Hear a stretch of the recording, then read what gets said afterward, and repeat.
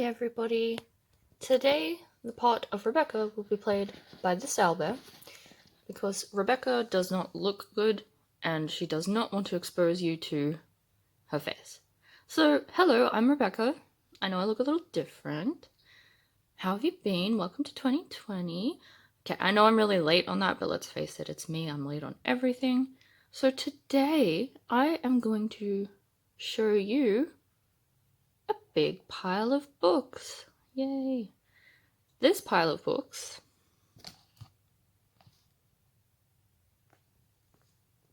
is from the library, as you can tell by the library stickers. And this pile of books are the books that I received for Christmas from various people.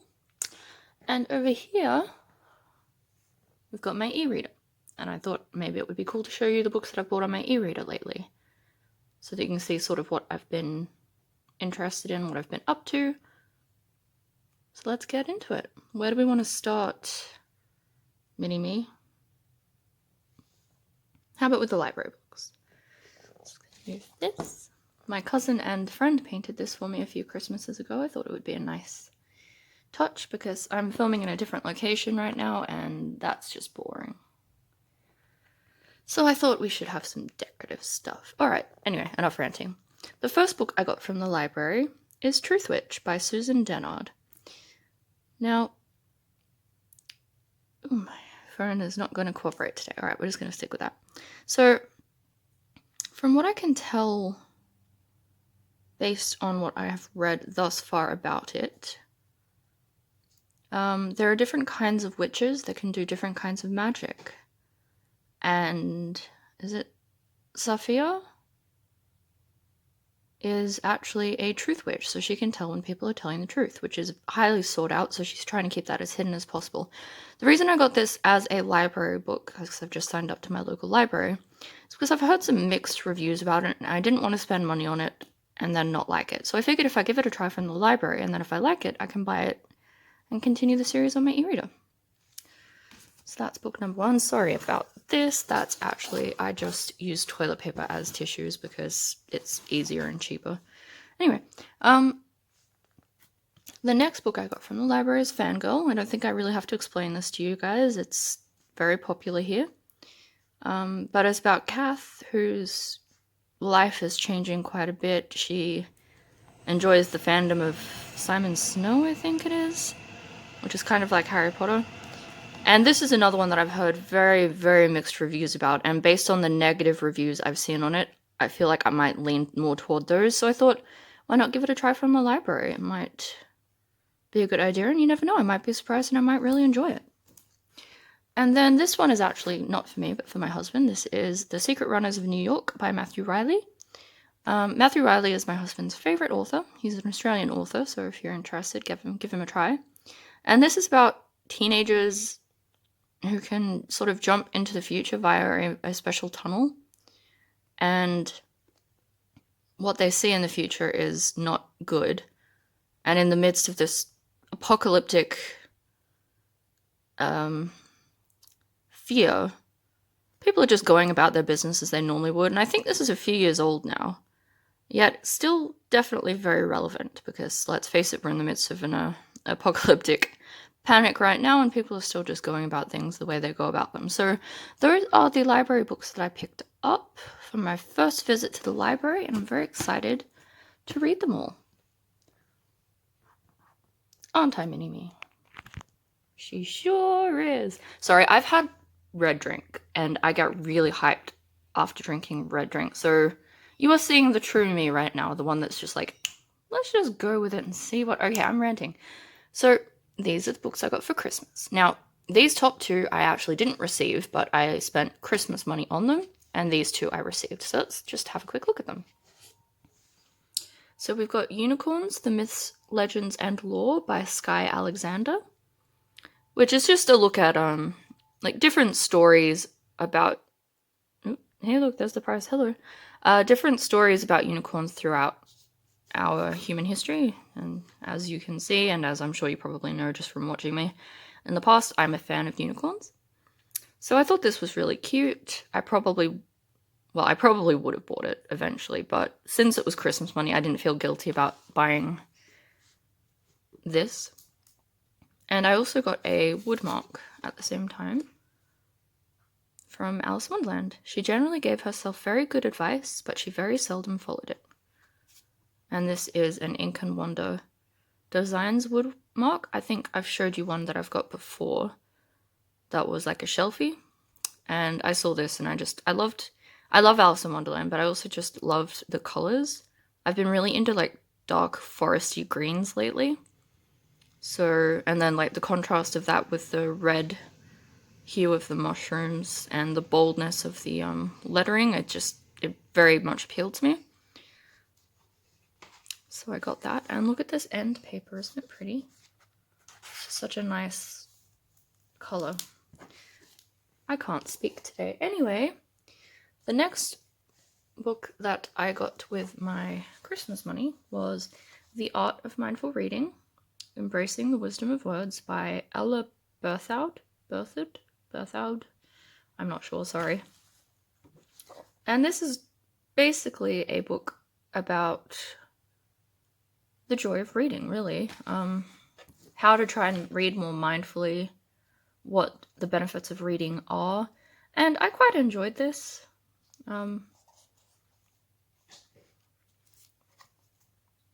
It was an interesting read. I actually am making a goal this year to read more about reading. So I'm working through a book at the moment that is about, reading books and the benefits it can have. And I would like to read as many of those throughout the year as I can. So that's that. Now this one, I have to move my cute fan. This one is from my friend Rob, who I play D&D with, Mr. Albert. And it's The Rook by Daniel O'Malley. Now, this is an older one, and he told me that the TV show isn't very good, apparently, but I'm intrigued by the idea here. This person sort of wakes up with no recollection of who she is and discovers that she's a Rook, a high-level operative in a secret agency that protects the world from supernatural threats. And it's been described as like a Jasper Ford, I don't know what that is, but a bit of X-Files, a bit of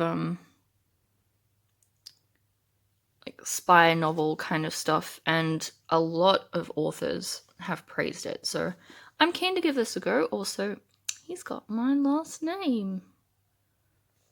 Stole my name. And this is from my sister. It's a bit heavy, so I'm just going to put it down here. This is Wonderbook, the illustrated guide to creating imaginative fiction, revised and expanded, by Jeff Vandermeer. Now, this one's got some very interesting art in it that is just really pretty. And yeah, it's all about creating characters, where inspiration comes from, world building, all that sort of stuff. It's all in color. There's lots of illustrations. There's lots of side characters within the book that will talk to you and like present a different idea, just to like sort of shake things up and make sure you're not just accepting everything passively. I've got my beautiful Ziploc bookmark there. And there are actually interviews with a bunch of famous authors in here as well, like Neil Gaiman, and others. I think George R.R. Martin's in here somewhere.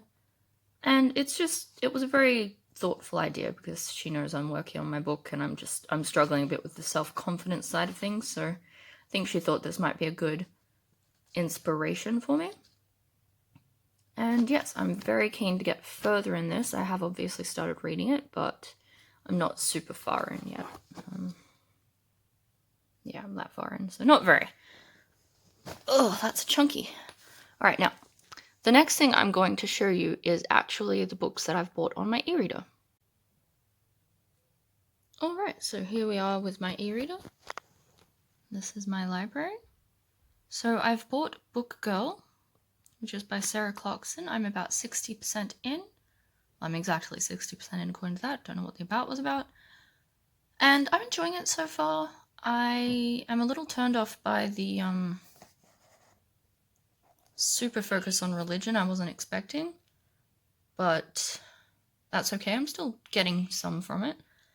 There's Ghost Song by Mark Lestrange, which is a ghost novel, funnily enough. Not very far in yet, so don't have many opinions. I picked up Sorcery of Thorns by... Sorry, I'm going to have to do a bit of zooming myself with my actual eyeballs. Margaret Rogerson. Wait, my eyesight is bad today. Margaret Rogerson. Now, I got that in a sale. I know it's really popular. Whitney from Witty Novels actually praises it very highly. So I'm excited to read it. Apparently it's sort of like a magical library kind of thing, which sounds really cool. And I'm pretty sure there's going to be more. I think it's a series. But don't quote me. Next, I picked up Slay by Brittany Morris. This one I also saw praised on BookTube by Brandy Chene. And it sounded really awesome. So this girl... she's a black girl. She, struggles with everything that entails. And she creates a game online. It's sort of like a card game based on or inspired by the Black Panther universe. And while she's at school and everything, she spends her time online as a way to escape like the struggles of life and to just be with like-minded people. But then there is an issue and her game Slay comes under fire. So she has to reconcile struggling online now as well as in real life and try to keep her, precious creation safe. So I'm sorry if I haven't described that very well. I haven't read it yet, but it just sounded very intriguing. And I am trying to challenge myself to read more people of color and try to broaden my understanding of the world through what I read. Next, we've got the Shadow Spear Academy, The Culling Trials by K.F. Breen and Shannon Mayer. This one I picked up really randomly as well in the sale. Turns out it's the third book in a series, so I'm going to have to read the previous ones if I want to enjoy this to its fullest. But we'll see. I don't feel any particular rush on that one. I just bought it in the sale and thought it sounded interesting. I also got Affinity's Window by Douglas L. Wilson, which looks like a creepy ghosty kind of thing, so I just thought I'd give that a try. Okay, I've got the Binge Watching Cure Anthology 2 by various authors, and it is a collection of horror stories specifically. The first anthology was across multiple genres. This one is horror, and the length of the stories gets longer with each story you read. So the first one was only like 100 words, and it keeps going like that. And it's sort of an attempt to re-engage you in reading for pleasure. So instead of sitting down and binge watching something on Netflix, you might feel more inclined to sit down and binge read this book. I like the concept. I don't have much of a problem with putting off reading for other things like TV shows because I read when I feel like it. I don't tend to concern myself too much with making myself feel guilty if I'm not in the mood to read. Because if I try and force myself to read when I'm not in the mood, guess what? I'm really not going to be in the mood. So I don't really have that problem. And also, I've actually discovered reading this that I don't like knowing how long a story is necessarily. I sort of get to the point where I'm like, well, this was only 1,000 words. We should be there yet. We should be there already, shouldn't we? And that has distracted me a little bit. But I want to keep going with it and see how I feel there. It's actually a very new release. And I saw it advertised and thought it was a cool idea. And I'm always into horror. And I don't read a lot of short stories and anthologies and things like that. So it would be cool to... 2020 is basically the year of me really trying to read differently. In case you haven't noticed from all of the stuff I've been showing you. So next we've got Crownbreaker, which I actually bought in October when it came out. Only recently finished it. It's the last book in the Spellslinger series, and if you've watched my videos before, you know I love Spellslinger. And it was an amazing end to it, and I I can't believe it's over, really. I think that's part of the reason it took me a while to read, is there was some stuff happening with my favorite character that I won't talk about here, but it was upsetting and I was getting very nervous, so I was sort of reading it very slowly, but also I just think the idea of it finishing was scaring me a little. Not scaring me, but I didn't like that idea. So I put it off for as long as possible. Then we've got The Wildered Quest by, there's a name in there somewhere, Kate Elliott. And this is a Magic the Gathering Throne of Eldraine book. I'm buddy reading with my husband. We do that every now and then. We'll just pick a book and we'll read it together. And it's not great. It's not very inclusive for somebody who's not overly familiar with Magic lore. And I'm not. I've played Magic. That's actually how I met my husband, but I've sort of fallen out of the game. And my husband has kept up with the game, and even he's confused by some of the stuff that's happening in there. And it feels very rushed, and things happen so quickly that I can't quite grasp what actually happened. And yeah, it's probably not going to be a highly rated read for me, but we shall see. I also bought The Drowned Girls by Lorith and White. Is that Lorith? Yes. For a moment there I was like, wait, what? Anyway, The Drowned Girls. This was a very different read for me. Again, I'm trying to really push my comfort zone a little bit.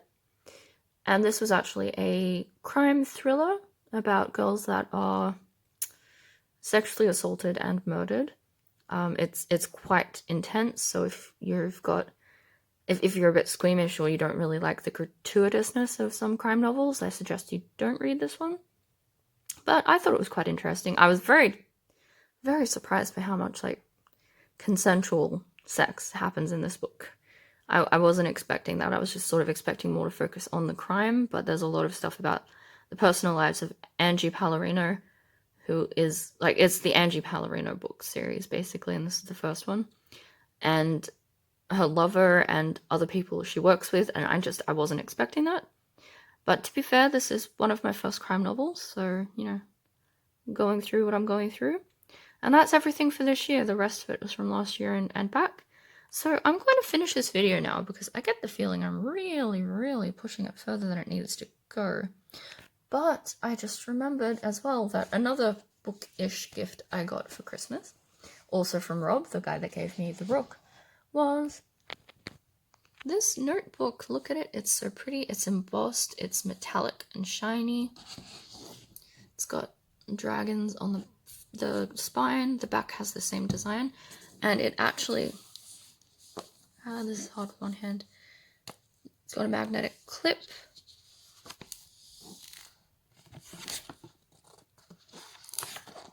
And it's just this really cute lined paper.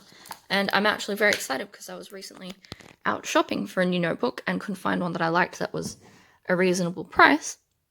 And now I have this because I am nearly finished with this notebook, which is actually my book notes and book review notebook. Yes, I can show you this page because it's actually a finished review, so it's nothing spoilery. Not that it wants to focus anyway. The Haunting of Hill House, yes. So I take notes after I finish reading a book, with some spoilery stuff, so just be careful there. And then I write the review, and then I upload the review to Goodreads. And I've only got...